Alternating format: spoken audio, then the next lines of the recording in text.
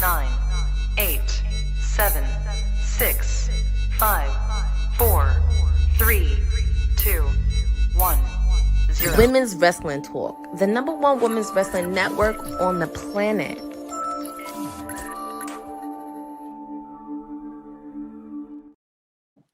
What is up? Happy Friday. And we have just come off of a crazy Honey Night SmackDown watch along. I am your hostess, Wrestling with Honey, and we are here for our Wrestling with Honey Night SmackDown Post Show as part of Women's Wrestling Talk, the #1 women's wrestling network on the planet. And my, what a night, y'all. What a night. We opened up with pretty much everything that was being recapped from Survivor Series, and we started off seeing Apollo Crews walking in the entrance and followed closely behind the Timu bloodline. Solo Sikoa decided to push Apollo Crews out of the way, and when Apollo Crews was about to pretty much renege and pretty much tell him something about why he shoved him that way, before he could say anything, Jacob Fatu super kicked the living daylights out of him, and they proceeded to attack him as well as security that was at the entrance. So yeah, there was a lot that happened tonight, and it started off really spicy, of course, with the Timu bloodline showing their dominance as usual, even though that they're 2 men down in their ship. They're obviously not letting that stop them. And Solo Sikoa did make it a point to make sure that he reminded people of that tonight when they showed up this evening. They also attacked Andrade. They also attacked LA Knight, and all had a little face-off with Shinsuke, but we'll get into that in a moment. But yeah, so pretty much we had Cody Rhodes, the undisputed champion, kicking off the show and discussing, of course, what pretty much is in store for him coming next week. He's going to be facing Kevin Owens. Finally, to cap off, I would assume would be their feud. I'm not sure if it's the end of it. This is going to be one of those songs that never ends for me, I believe. But I think that Kevin Owens and Cody Rhodes are pretty much at each other's throats, as you guys just saw when we came off of our Honey Night SmackDown watch along. That was pretty much the way they left it for us. And shout out to everybody already in the chat and the viewers. Appreciate you guys appreciate some of you guys joining us for the watch along and your energy. And appreciate all the support that you give here for me and the team. Proceeding on with the evening, while Cody Rhodes was so rudely interrupted by Chad Gable, Cody Rhodes says, all right, well, you want to poke the bear? Let's do it. How about you face me in a match tonight? And they made it official for the main event. They pretty much went really personal at each other. Gable questioning Cody Rhodes' friendship. Cody Rhodes could pretty much say kind of the same thing about Gable, but also referred to a period that I'm sure Gable would not want to remember, which is Shorty G. So they were pretty much going for the jugular there, making it real personal there, but not as personal as the way it's going to be with Kevin Owens and Cody Rhodes, because judging by the looks of it, I smell a blood feud, guys. I smell a blood feud. We also had some women's action after getting into a fight backstage, into a little back and forth backstage, and maybe a fight. Bianca Belair and Piper Niven exchanged words along with Chelsea Green, and they jumped her in regards to trying to figure out who attacked Jade Cargill, which is pretty much the mystery that's been going around lately. Boza, thank you for joining us again as well. He says, then we learned that I think Netflix has an idea of what they want Raw to look like, and they are requesting certain stars. Yeah, apparently there was a lot of Raw stars. We saw King Gunther and World Heavyweight Champion Gunther talking to Nick Aldis. We saw Dirty Dominic Mysterio talking to Nick Aldis. There was a lot of talking to Nick Aldis going on tonight. But yeah, so to say the least, Belair obviously wasn't just going to go down that easy. Rightfully so. She challenged Piper Niven And they went into a fantastic one-on-one match where Belair defeated Piper Niven and KOD'd her on top of Piper Niven's partner, Chelsea Green, as well to cap that all off. So shout outs to the EST of WWE and congratulations to her on her big win. The Street Profits were attacked backstage as well. Nick Aldis allowed DIY pretty much. Well, DIY was there, and Nick Aldis was telling DIY and both. Well, excuse me, not DIY. Johnny Gargano of DIY and Motor City Machine Guns that the Profits aren't going to be able to compete. So I'm not sure what to do about that match. And Johnny said, "Hey, why don't you guys put us in the match and we'll do it. It'll fix everything." And it turns out that match was made official, and Tommaso Ciampa was basically saying, "Listen, we can't play around this time. I understand these are your friends, but they're not your friends when they're in that ring because they hold the gold that we want and the gold that was taken from us." So I understand the frustration with Tommaso Ciampa and wanting a taste of gold, but we're going to get into that in a second. Let's see. We also have so we went on to, instead of Motor City Machine Guns versus Street Profits, we then went on to them versus DIY. But before that, briefly before that, we had Shinsuke Nakamura come out. We also had LA Knight come out and talk some smack to Shinsuke, and Shinsuke just pretty much slyly grinned from ringside, and they were about to go at it. But before anything could happen, Andrade came out, and then all of a sudden you see Tama Tonga, Jacob Fatu, and Solo Sikoa completely obliterating both Andrade as well as LA Knight. However, as for Shinsuke, the three-time United States champion, I might remind you, for Shinsuke, not the case. Because Shinsuke was basically letting them know, you don't want it. You don't want this. You don't want this. So back up, or I'm a back up. I'm spew a little mist just to remind y'all who y'all messing with. And that's that. Cousin Ron, thank you for joining us. Where was Tonga Loa, though? Tonga Loa is unfortunately out with injury. I think it's a torn bicep, something in the arm. I can't think of it off the top of my head, but they did announce the 3 injuries that came out of War Games, which was Jimmy Uso, broken toe, Bronson Reed, 2 broken ankles, and of course Tonga Loa for his torn tricep due to getting hit by a tool chest by CM Punk in War Games. So yeah, he also got hurt at War Games as well. Thank you for the information there, Boza. I appreciate that. And we wish all 3 of them a healthy and speedy recovery. And that just can't feel good. None of that can feel good. We talked about it when we started.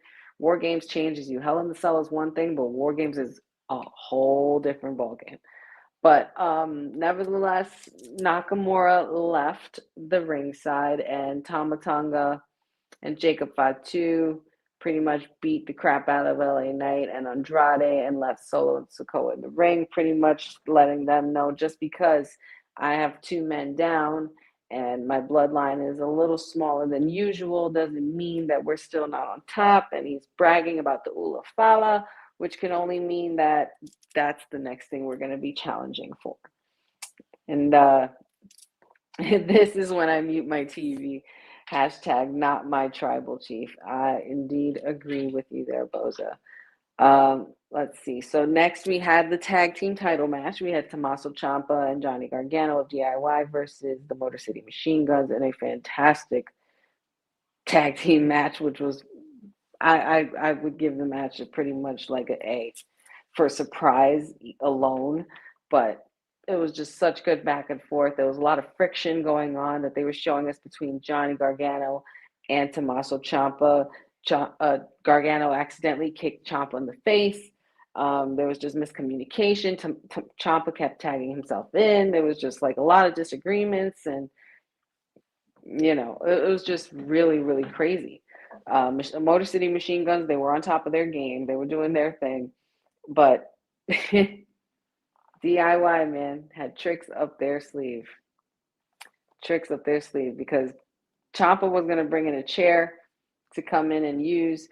The referee was distracted. And what did Gargano do? He hit his friend with a low blow. And there you have it. The DIY is heel. They did their final finisher, and they pretty much ended things. And we have our new 2-time SmackDown Tag Team Champions, DIY.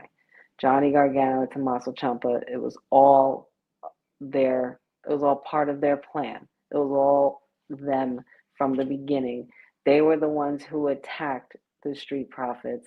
They were the ones that manipulated the Motor City Machine Guns into giving them the title shot, and they took advantage of it. And I'm here for it. And that is the 4th time, according to our information officer, Boza, the 4th time this year that DIY, the 4th time this year that the Tag Team Champions titles have changed on SmackDown. So that's pretty wild. And they did play that off great. They played that off really, really great. Boza says BFAB is going to be pissed. That should have been the Profits. It really should have. And there's nothing she could do about it, which is the crazy part. Unless you go after Candice LeRae. Candice LeRae is the key. Candice LeRae versus BFAB. That's going to be good. But yeah, that match was good. I would give the DIY match an A. And it was a surprise, a big surprise. I wasn't expecting them to pretty much change titles. But I'm like, they didn't really change that much this year. I didn't feel that way anyway. But they also showed that Kevin Owens, first of all, congratulations to our new tag team champions. Then, of course, they showed that Kevin Owens was supposed to have an interview and did not want to do it. And also that was his excuse, but Nick Aldis also said he didn't want him in the arena. We saw exactly where that went. And that eventually led to a conversation with him and Michael Cole that was very, very interesting, made a lot of cool points. I understand he was right in some cases, but the way he's going about it may not be the best way. But nevertheless, Kevin Owens is going to stick with his guns, and he's going to fight his way through this. And it then led to Cody Rhodes versus Chad Gable, the main event. We also had. We also talked about Bianca Belair and Piper Niven already. So, we had Cody Rhodes and Chad Gable in a really good one-on-one. American Made was outside.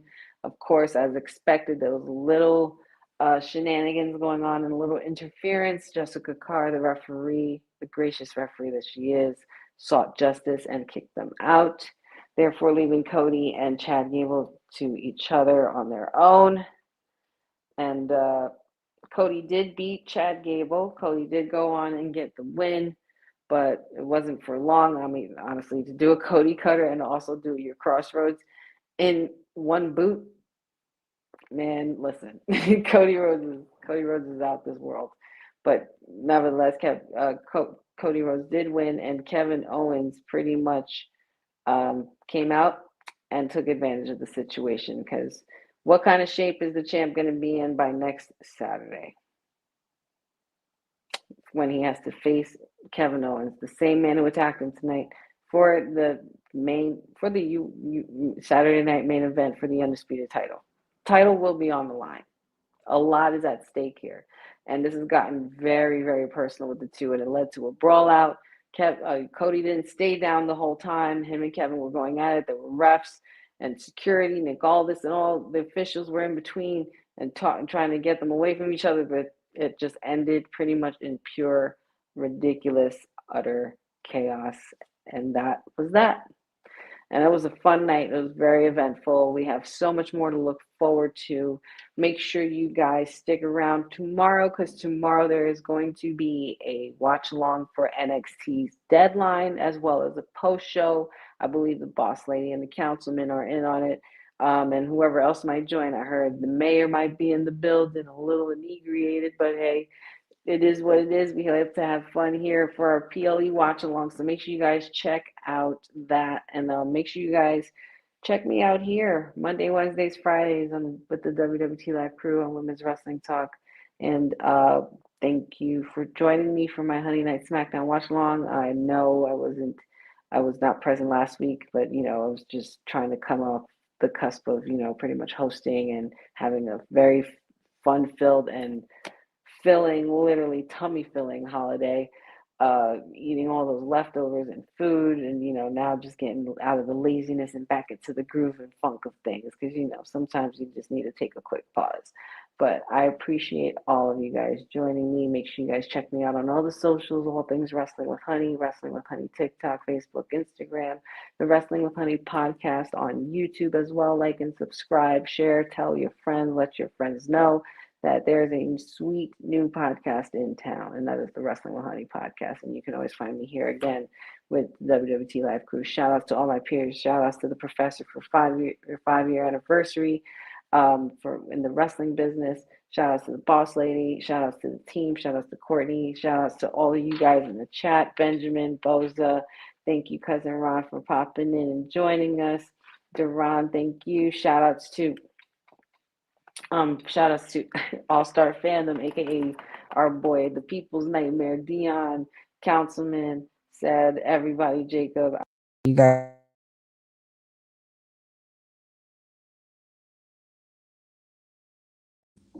I hope you guys have a wonderful evening, and this is Wrestling with Honey signing off for our Honey Night SmackDown Post Show and watch along as part of Women's Wrestling Talk, the #1 women's wrestling network on the planet.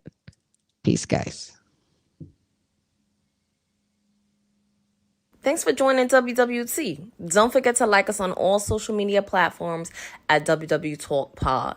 Like and subscribe on all video and audio platforms like yesterday, my G.